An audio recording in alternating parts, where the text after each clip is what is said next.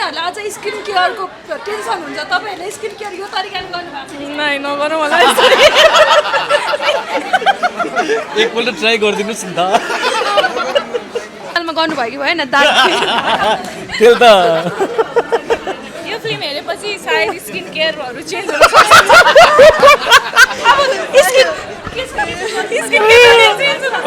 अब अझै मलाई भन्दा पनि वर्षाजीलाई चाहिँ एकदम त्यो स्किन सम्बन्धीको चाहिँ अब म भन्छु मेरो बुवा त हुनुहुन्न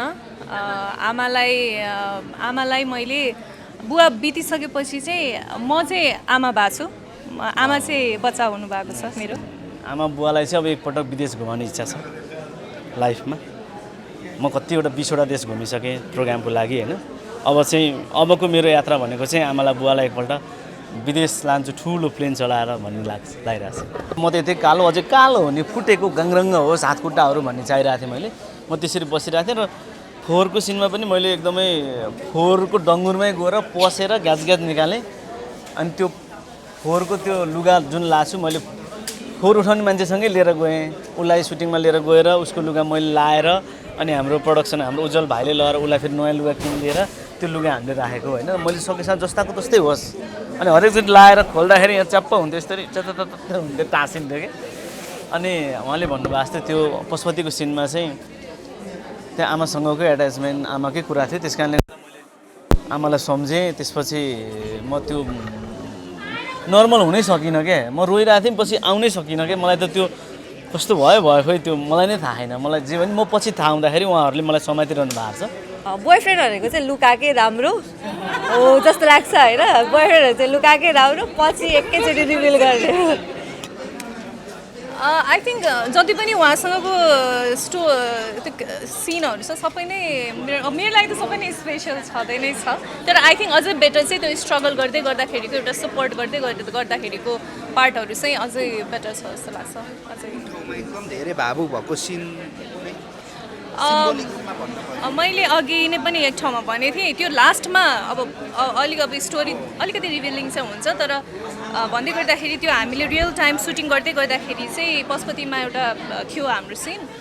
त्यसमा चाहिँ उहाँ आफै नै स्वयं नै एकदमै इमोसनल हुनुभएको थियो अनि त्यो कट भइसकेपछि पनि लगभग 1 घन्टासम्म उहाँलाई चाहिँ हामीले सम्हाल्नलाई एकदमै गाह्रो भएको थियो त्यो देखेर हामी सबैजना नै एकदमै इमोसनल थियौँ अनि हामी त अब एउटा सेटमा एउटा माइन्ड सेट लिएर बसिरहेको हुन्छ नि त सो त्यो जोनबाट पनि हामी सबैजना नै डिफ्रेन्ट जोनमा पुगेका थियौँ उहाँको त्यो इमोसनल पार्टले गर्दाखेरि चाहिँ सो त्यो चाहिँ अलिकति अघि त्यहाँ स्क्रिनमा देख्दा पनि मलाई त्यही रिकल भइरहेको थियो अनि एकदमै टच भइरहेको थियो त्यो टाइम अलिकति रिकल गरौँ न बल्छेजी होइन त्यत्रो टाइम एउटा स्टोरीमा भिजेर चाहिँ होइन एक्टिङ गर्नुभएको थियो रहेछ त्यो मोमेन्ट चाहिँ कस्तो थियो यस्तो थियो म चाहिँ मैले भनिहालेँ नि सबै सिनहरू गर्दाखेरि सकेसम्म रियालिटी होस् पछि दर्शकहरूले हेर्दाखेरि यसले यस्तो हुन्थेन भन्ने नहोस् भनेर मैले सुरुदेखि नै त्यो खुट्टाकोहरू पनि त्यो खुट्टाको त्यो कुर्कुच्चाहरू एकदम फुटेको होइन 4-5 महिनादेखि मैले राम्रोसँग नधुने त्यसरी चाहिँ गाउँमा जस्तो हुन्छ नि हेर्दा म त यति कालो अझै कालो हो नि फुटेको गाङरङ्ग होस् हातखुट्टाहरू भन्ने चाहिरहेको थिएँ मैले म त्यसरी बसिरहेको थिएँ र फोहोरको सिनमा पनि मैले एकदमै फोहोरको डङ्गुरमै गएर पसेर ग्यास निकालेँ अनि त्यो फोहोरको त्यो लुगा जुन लाछु मैले फोहोर उठाउने मान्छेसँगै लिएर गएँ उसलाई सुटिङमा लिएर गएर उसको लुगा मैले लाएर अनि हाम्रो प्रोडक्सन हाम्रो उज्जवल भाइले लगेर उसलाई फेरि नयाँ लुगा किनिदिएर त्यो लुगा हामीले राखेको होइन मैले सकेसम्म जस्ताको तस्तै होस् अनि हरेकचोटि लाएर खोल्दाखेरि यहाँ च्याप्प हुन्थ्यो यसरी चत्त हुन्थ्यो टाँसिन्थ्यो कि अनि उहाँले भन्नुभएको जस्तै त्यो पशुपतिको सिनमा चाहिँ त्यहाँ आमासँगकै एट्याचमेन्ट आमाकै कुरा थियो त्यस कारणले आमालाई सम्झेँ त्यसपछि म त्यो नर्मल हुनै सकिनँ क्या म रोइरहेको थिएँ पछि आउनै सकिनँ क्या मलाई त त्यो कस्तो भयो खोइ त्यो मलाई नै थाहा छैन मलाई जे भने म पछि थाहा हुँदाखेरि उहाँहरूले मलाई समातिरहनु भएको छ तर एकदम गाह्रो भएको थियो अब सबैजनालाई रुवाउँदा चाहिँ कस्तो हुँदो रहेछ सबैजना दर्शकहरू रुनु भएको छ होइन आज फर्स्ट डेमा कस्तो छ होइन यस्तो छ मैले एउटा कथा भनेको हो एउटा मान्छेको सङ्घर्ष लाइफमा नम्बरै नआउने मान्छे एउटा गोबर गणेश लम्फू हुन्छ नि त्यस्तो मान्छेले पनि लाइफमा केही गर्छ होला भन्ने हिसाबको एउटा कथा बोकेको एउटा कथा भनेको त्यसमा मलाई लाग्छ काहीँ हाँस्नु भयो होला काहीँ रुनु भयो होला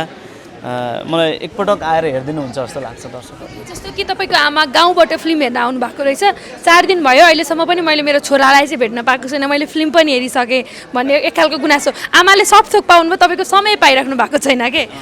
मैले एकदमै क्षमा, मैले मेरो घर परिवारलाई चाहिँ मैले एकदमै समय दिन पाएको छैन। जस्तो आमाको कुरा गर्नुपर्दा आमा 4 दिन 5 दिन भयो काठमाडौँ आउनु भएको, तर म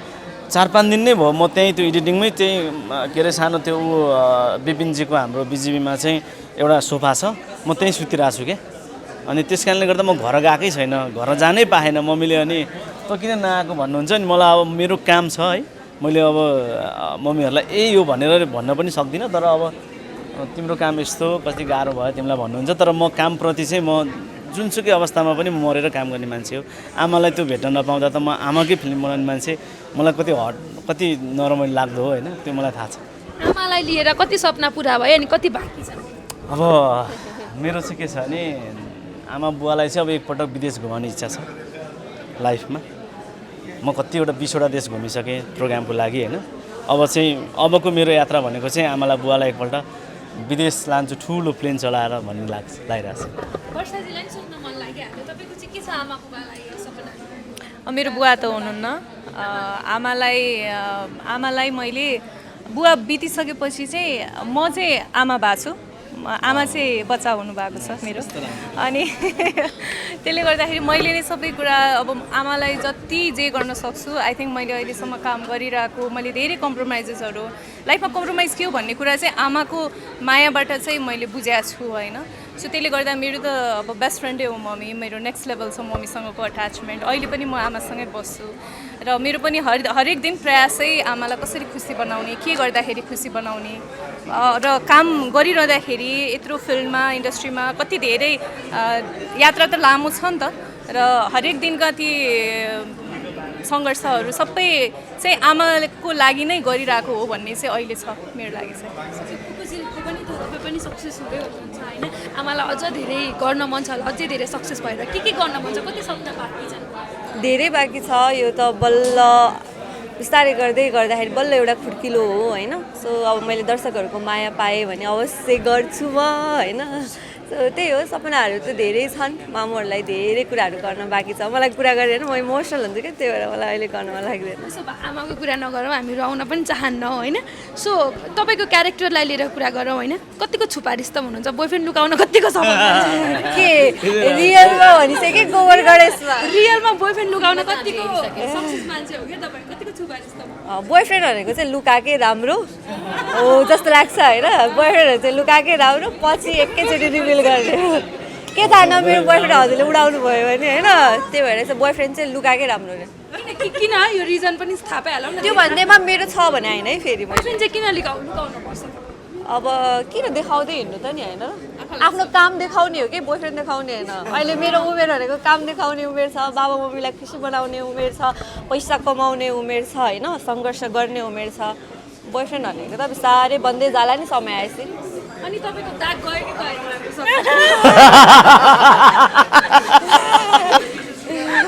अब म भन्छु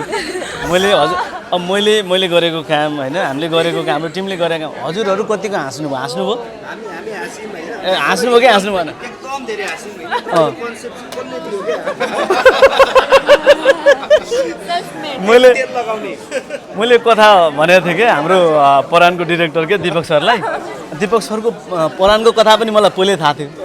मेरो कथा पनि दिपक सरलाई थाहा छ क्या। अनि हामी डिस्कस, किनभने हामी चाहिँ 0मा पनि म राजु दाई दिपक दाई चाहिँ एउटै कोठामा बसेर प्रश्न लेख्थ्यौँ, राजु दाई र म प्रश्न गर्थ्यौँ क्या पहिला है, योभन्दा 16 वर्ष अगाडि कुरा। अनि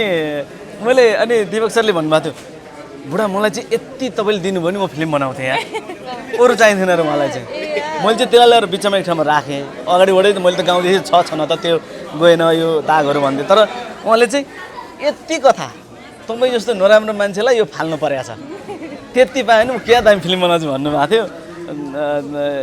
जे होस् त्यहाँ तपाईँले एकदम इन्जोय गर्नु, म एकदम खुसी भएँ। सो यो काम तेल लाउने काम रियलमा गर्नुभयो कि भएन? तेल त यो फिल्म हेरेपछि सायद स्किन केयरहरू चेन्ज हुन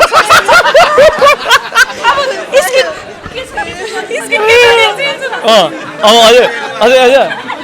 मलाई भन्दा पनि वर्षाजीलाई चाहिँ एकदम त्यो स्किन सम्बन्धीको चाहिँ कति प्रडक्टहरूले कल त्यो गरिरहनुहुन्छ नि अब उहाँको जाहिर जाने भयो तपाईँको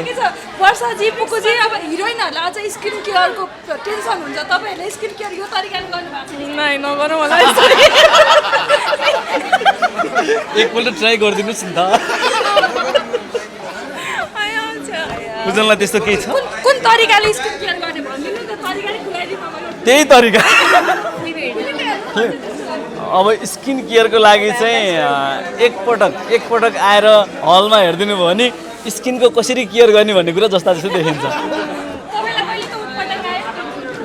छैन कति हाँस्नुभयो फर्स्ट पार्टमा अनि कति रुनुभयो सेकेन्ड पार्टमा चाहिँ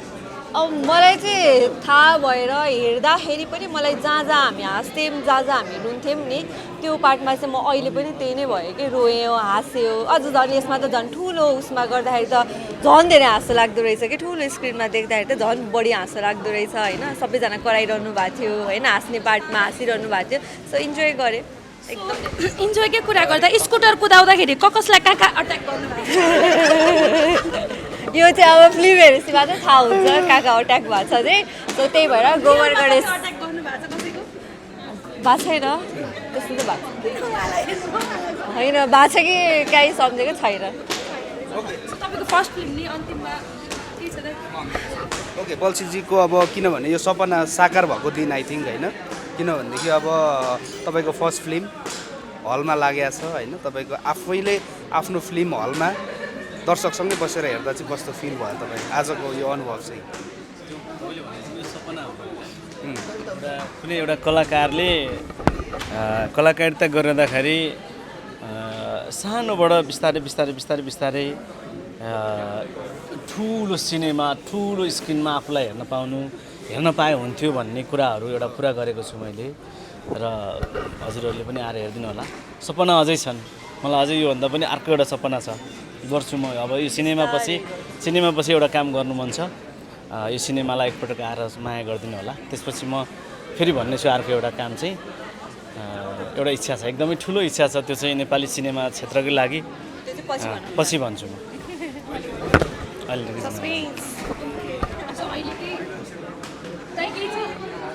अल्छीजी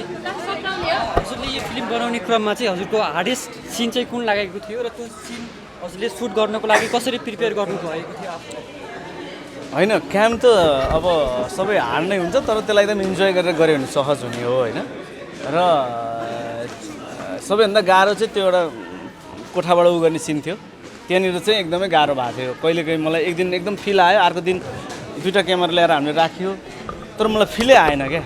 कति पनि आएन मलाई हुँदै भएन त्यो ला केटाहरूले मलाई झाँगल झुङ्गल पारिरहेको छ म बाहिर गएर 1 घन्टा थिएँ यतिकै रोस खाएँ म बसेँ मासु खाएर सोचेँ के सोचेँ अनि त्यसपछि म भित्र आलु केटालु मलाई अलिअलि आयो भनेपछि बल्ल भएको त्यो चाहिँ मलाई गाह्रो भएको थियो अन्त काहीँ पनि भएन त्यो चाहिँ सुरुको दिन चाहिँ राम्रो भएको थियो सेकेन्ड टाइम गर्दाखेरि आएन क्या भोलिपल्ट तर त्यो गाह्रो भयो पछि फेरि आयो